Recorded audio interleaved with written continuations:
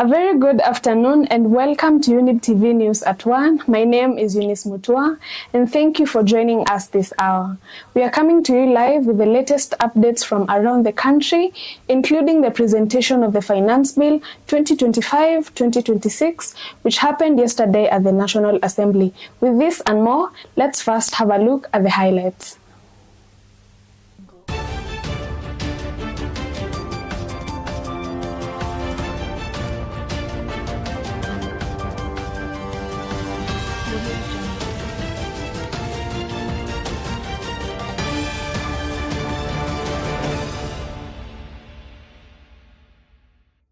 Sasa kijana ameuawa pale Nairobi, anaitwa Ojwang. Ameuawa na Deputy Inspector General of Police anaitwa Langat. Si ndio? Na huyo ni mtu ya Ruto na Murkomen. Sasa mimi wa Mushomba naambi yangu mimi ni mama fujo, nitoe fujo nisitoe. There is a squad, a killer squad of 101 officers ambayo walitoka AP wakaingizwa katika National Intelligence Service. Hao ndio wamefanya kazi ya abduction na kuua Gen Z.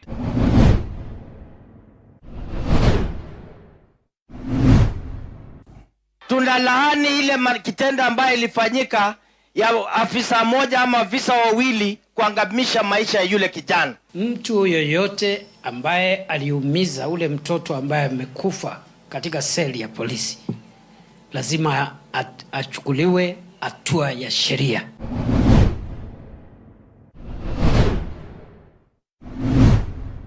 Constraints that demand our collective attention and thoughtful action.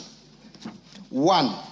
Rising demands for increased public spending which could lead to either higher debt or the need to raise taxes, both of which require careful consideration and balanced decision-making given current public concerns.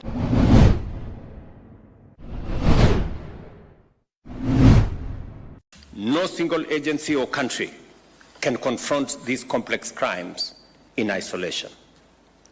Through the exchange of knowledge and best practice, we are better able to understand the legal nuances across jurisdictions and craft innovative approaches for effective investigations and prosecution.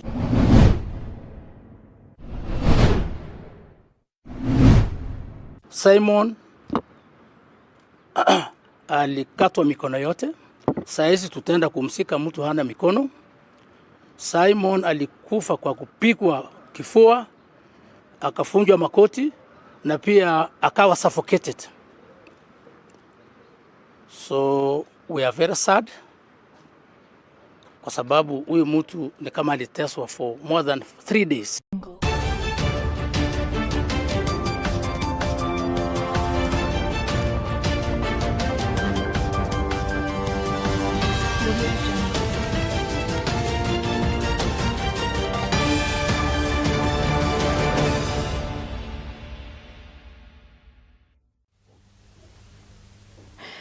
Welcome.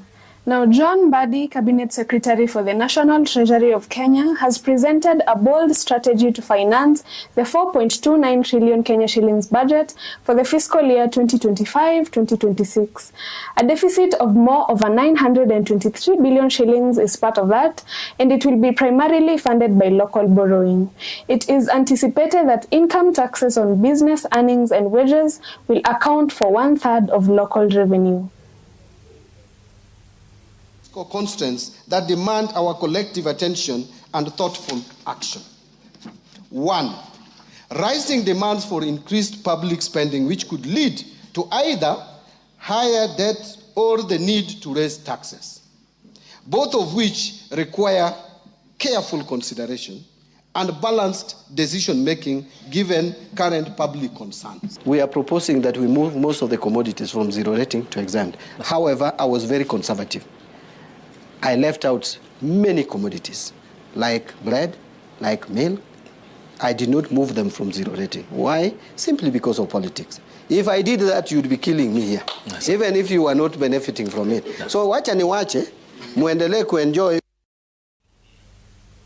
President William Ruto has urged prosecutory agencies across the globe to develop regional and international mechanisms to effectively address complex emerging threats collaboratively. The head of state was speaking during the 23rd Commonwealth Heads of Prosecuting Agencies Conference held in Mombasa County.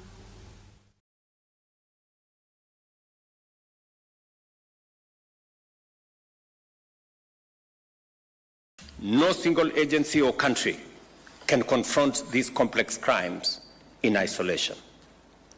Through the exchange of knowledge and best practice, we are better able to understand the legal nuances across jurisdictions and craft innovative approaches for effective investigations and prosecutions. Mutual legal assistance and extradition remain vital pillars of this effort.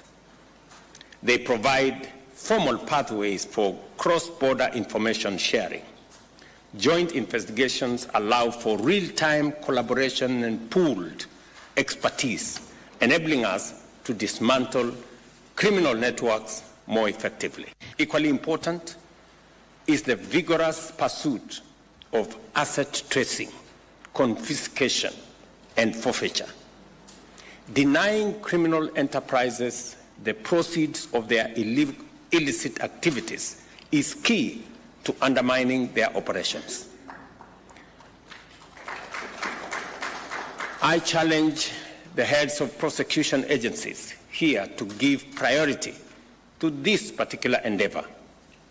On our part, Kenya is committed to enhancing the resources and capacity of the Office of the Director of Public Prosecutions to lead these efforts both regionally and internationally. The fight against money laundering, terrorism financing, and transorganized crimes is a marathon, not a sprint. It demands sustained effort, unwavering resolve, and above all, a united front. I'm confident that the bonds strengthened and the strategies refined at this conference will significantly bolster our collective ability to dismantle these criminal enterprises and safeguard our societies. According to Deputy President Professor Kithure Kindiki, those responsible for Albert Ojwang's murder must be held criminally accountable either individually or collectively. The Deputy President stated that the government does not support extrajudicial executions or any other form of criminal activity. Sasa kijana ameuawa pale Nairobi, anaitwa Ojwang. Ameuawa na Deputy Inspector General of Police anaitwa Langat. Si ndio? Na huyo ni mtu ya Ruto na Murkomen. Sasa mimi wa Mushomba naambi yangu mimi ni mama fujo. Nitoe fujo nisitoe. There is a squad, a killer squad of 101 officers ambaye walitoka AP wakaingizwa katika National Intelligence Service. Hao ndio wamefanya kazi ya abduction na kuua Gen Z. William Ruto, hatutakuruhusu tena na polisi wako waue watoto wetu tena. Wangapi wamesema koma? Jezimbo. Mimi nauliza, kama huyu Ruto anaua watoto wetu, nyinyi viongozi ya hapa Kiambu, munaona ameua watoto, munakuja hapa kutuambia tumfuate. Munafikiria sisi kichwa yetu ni mbaya? Kama Deputy Inspector General of Police, Mr. President, you think he's innocent.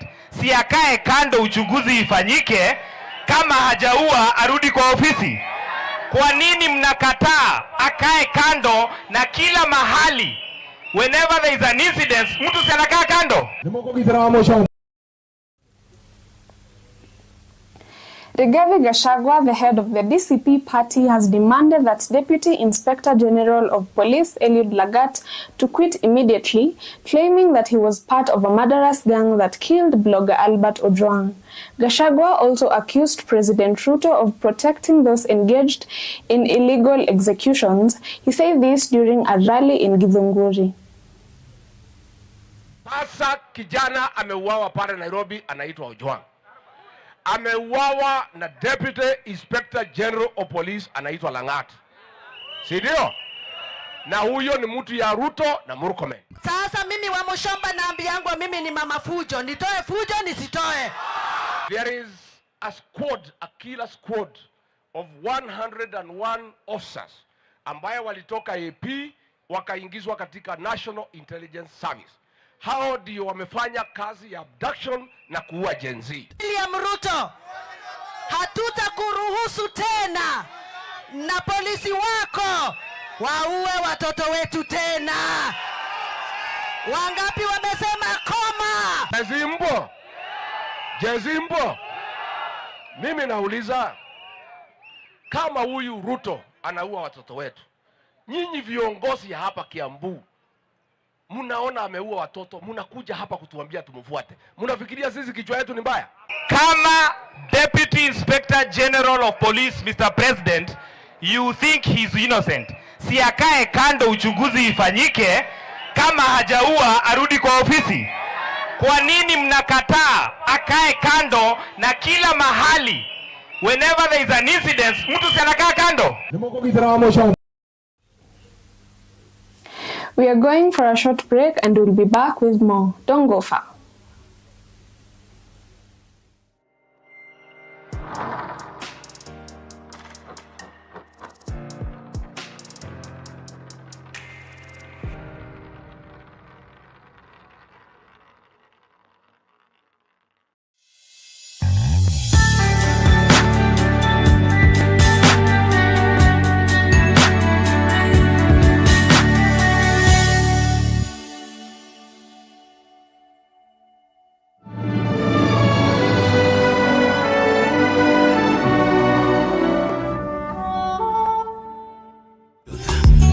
The best. Hallelujah.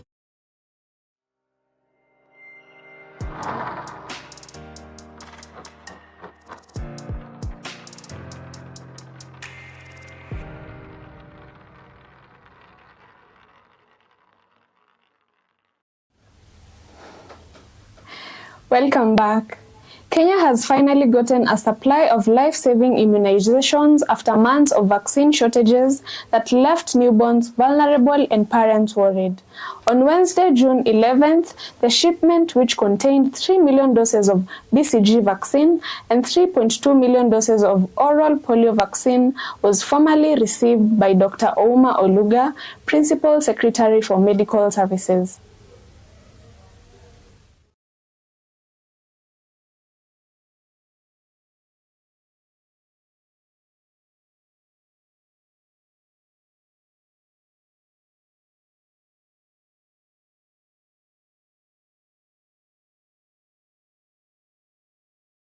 The reason why vaccines are being procured also through UNICEF is for the sake of efficiency. Remember, UNICEF does this for all the other countries, and because of our what we call a partnership financing agreement, or the PFA, with Gavi, you have to then work with a procuring entity that then can collect with the manufacturers, can make sure that they aggregate the quantities. The National Treasury and ourselves, we have agreed in principle that certain budget lines, including vaccines and immunization programs, will never again be subjected to budget harmonization and rationalization and supplementaries. That we have an assurance from the CS National Treasurer and his team. So that never again we will have some delays in terms of resources. We must always keep the Kenyan child safe by giving him the right vaccine at the right time. Cases of polio saved millions of lives from deadly diseases such as measles, influenza. But yet, despite these successes, many preventable diseases continue to threaten our population, and especially the vulnerable communities. I want to urge the community health promoters to go all out and get the mothers, the caregivers, so that they can take their children for vaccination to ensure that we save lives. Made great progress. Out of 100 Kenyan children, 80 are fully immunized for the basic antigens. That is BCG, polio, DPT, and any dose of measles. As a result of this, 7 out of our children born in Kenya live to see their first birthday. Yesterday at the Nakuru Annex Mortuary, government pathologist Titus Ekulungu performed the post-mortem for Collins Kipiatich and Simon Yego, who were kidnapped in Elgeyo Marakwet and later discovered dead in Mogotiu. They were tortured before being strangled, according to the report. Simon alikatwa mikono yote. Saizi tutaenda kumsika mtu hana mikono. Simon alikufa kwa kupigwa kifua, akafunjwa makoti na pia akawa suffocated. So we are very sad kwa sababu huyu mtu ni kama aliteswa for more than 3 days. Tulienda police station wakapukusa watu. Polisi walikuwa na hasira, sijui walikuwa na nini, walipukusa watu. Tukaambiwa mtoke, hatutaki kunyi mwende. Wamewachwa sasa bila chochote. Na hakuna mtu atashughulikia hao vijana, bado ni watoto wadogo. Hiyo familia sasa itakuwa itasoroteka sana. Kama walikuwa na suspected, walikuwa nini? Si haikuwa na maana waue.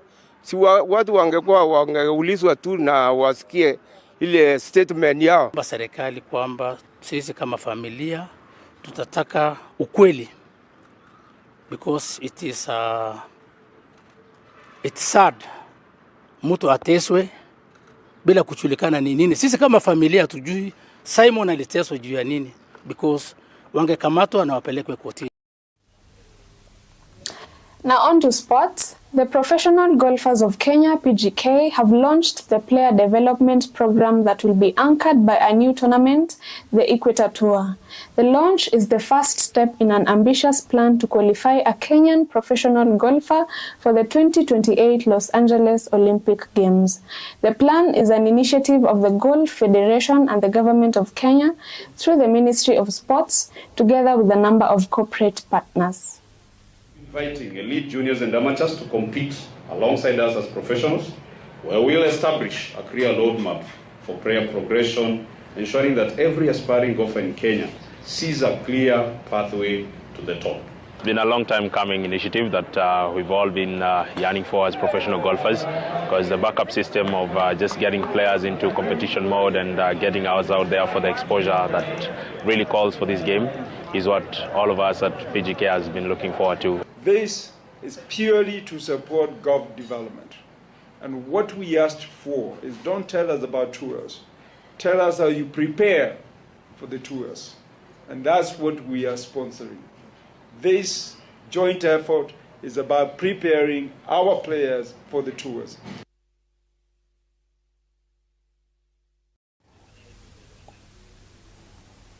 Well, as we come to the end of our news bulletin, news reaching our desk is that war has broken out between Israel and Iran, whereby Israel has targeted Iran's nuclear programs and military leaders on its recent operation named Rising Lions. An attack that has left several key military leaders and top scientists dead.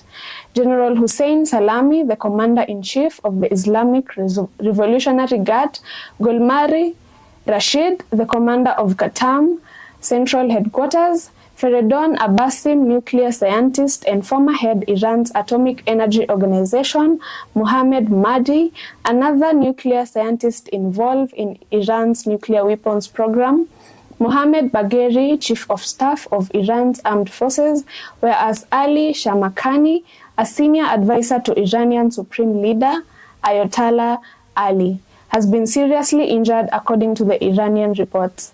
And that brings us to the end of the 1 p.m. bulletin. Thank you for staying with us here on Younib TV News. I've been your anchor, Eunice Mutua. Remember, news continues to unfold and we'll be keeping you updated in our next bulletin. For now, enjoy the rest of your afternoon and stay safe. Goodbye.